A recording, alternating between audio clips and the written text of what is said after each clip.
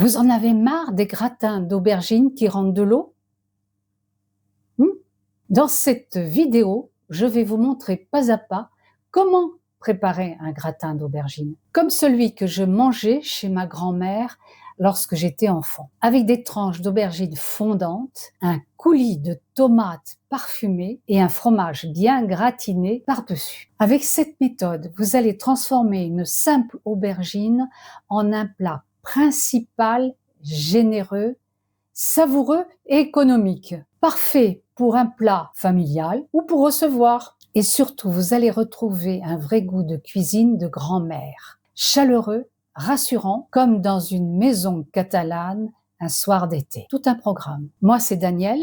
Bienvenue dans ma cuisine du soleil. Aujourd'hui, on va préparer ensemble ce gratin catalan, exactement comme celui que me faisait ma grand-mère. Je vais vous montrer comment préparer les aubergines pour qu'elles ne rendent pas d'eau. Comment booster le goût du coulis de tomate. Comment obtenir un gratin bien doré sans brûler le fromage. Mais avant de passer en cuisine, j'aimerais remercier toutes celles et ceux qui se sont abonnés à ma chaîne. Alors du fond du cœur, un grand merci. Merci, merci, merci. De cette manière, cette chaîne va pouvoir grandir et se développer. De cette manière, je vais pouvoir vous proposer d'autres recettes de légumes frais. C'est le but de la manœuvre. Alors bien sûr, ces recettes de légumes sont peut-être un peu longues pour vous, mais c'est tout bénéfice pour votre santé, croyez-moi. Des fibres, des vitamines, et en plus, vous allez vous régaler. Que demande le peuple? Allez, venez, on va le préparer ensemble, ce gratin.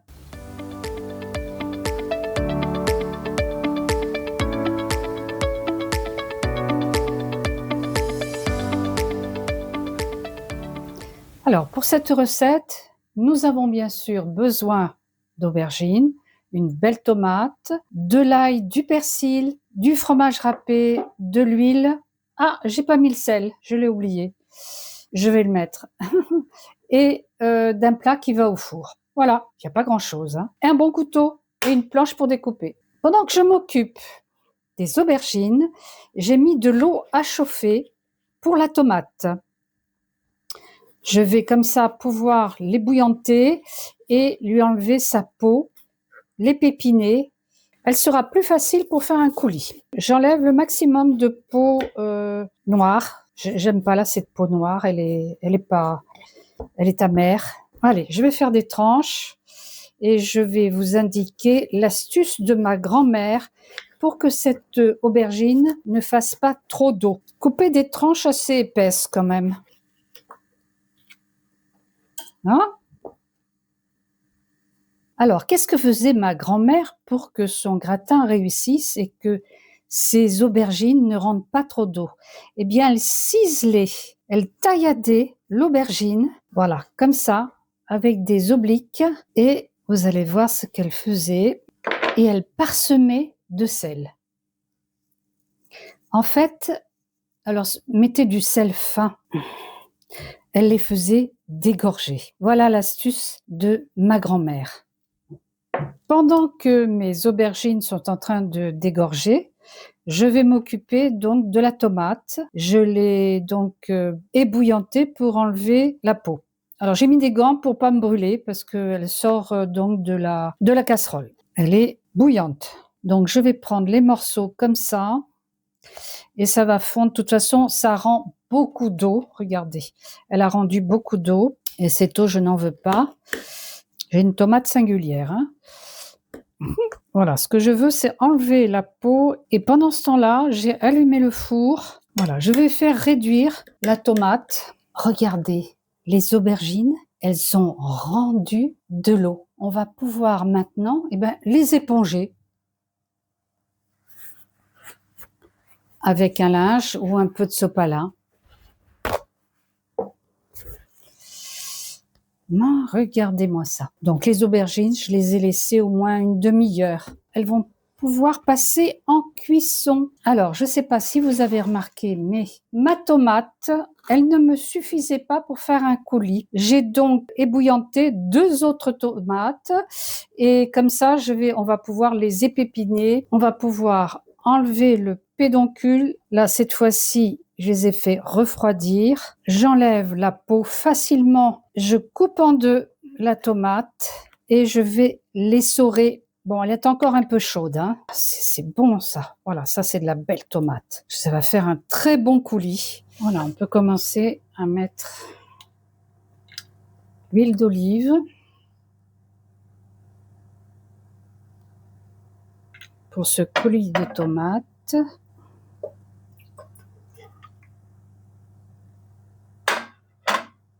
Un peu de sel.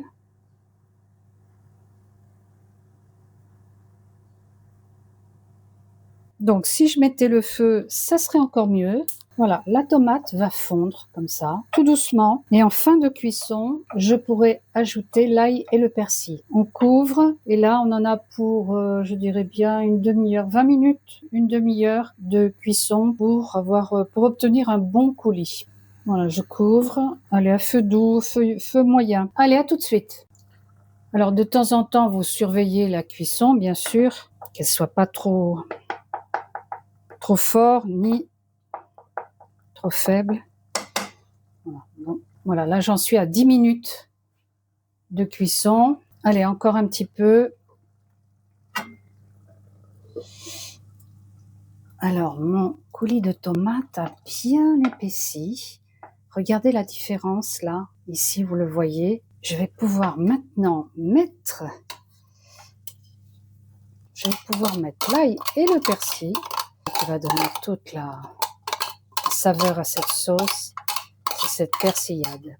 Au bout de 20 minutes que ce coulis a bien diminué, on peut le faire cuire encore pendant 5 minutes pour que toutes les saveurs de la persillade rentrent en contact avec la tomate. Mon coulis de tomate est prêt. Je peux vous dire qu'il sent très très bon. Je vais maintenant faire revenir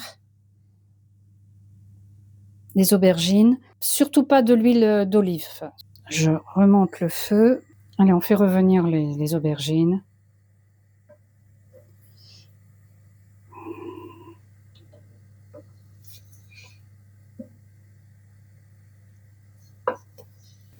Voilà, donc elles vont frire comme ça dans cette huile.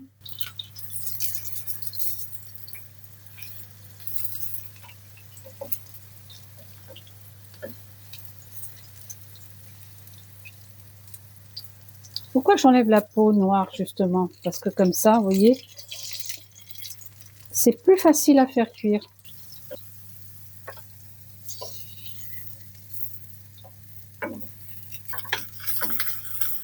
Alors, mon plat qui va au four, je vais commencer à mettre un petit peu de coulis au fond.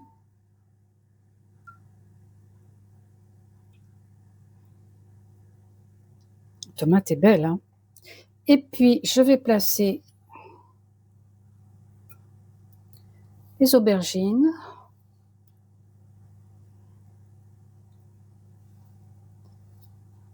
Elles sont chaudes, hein? La vache. Et hop, j'enlève. Allez, je remets un petit peu de coulis.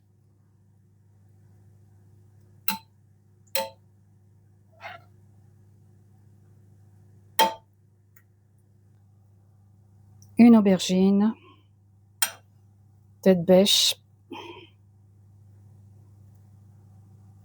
un petit, ça, voilà, morceau, celui-là, hop, comme ça, et je remets un peu de coulis. Il faut que j'en garde pour la fin quand même, hein. Super. Allez, je termine.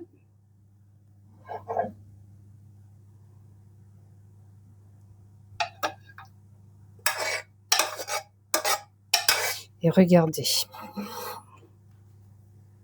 Hop. J'étale bien. Et là, je vais mettre un petit peu de fromage, mais c'est tout. J'ai pas besoin de mettre de chapelure ou de beurre. C'est pas la peine. Juste du fromage. Voilà, bien répartir. Et ça part au four. Allez, 20 minutes. Et on se revoit tout à l'heure. Et voilà notre gratin. On va le goûter. Alors, vous voyez, j'ai pas mis de chapelure parce que je me souviens plus si ma grand-mère en mettait. Bon, vous pouvez tout à fait, vous, en mettre de votre côté. Ça sent bon, hein. Oh là là là là là là. Là, pas en mettre partout. Là, là. Qu'est-ce que ça sent bon. Ah, c'est pas très présentable, c'est sûr. Allez, on le goûte. Déjà. Qu'est-ce que ça donne? J'espère que ça va être bon, hein. Je retombe en enfance. C'est très bon. C'est vraiment très très bon. L'aubergine est fondante. Le coulis avec la persillade parfume l'ensemble. Faites cette recette, vous allez vous régaler. C'est trop bon. Je pourrais plus m'arrêter. Trop bon. Si vous testez cette recette, dites-le moi en commentaire. Ça me fait toujours plaisir de lire votre retour. N'hésitez pas à vous abonner à ma cuisine du soleil et à liker la vidéo si vous voulez d'autres recettes du Sud. Simples, familiales et pleines de goût. Et dites-moi aussi si vous voulez d'autres recettes catalanes de ma grand-mère. J'en ai encore quelques-unes en réserve. Mangez bon, mangez sain. Bye bye!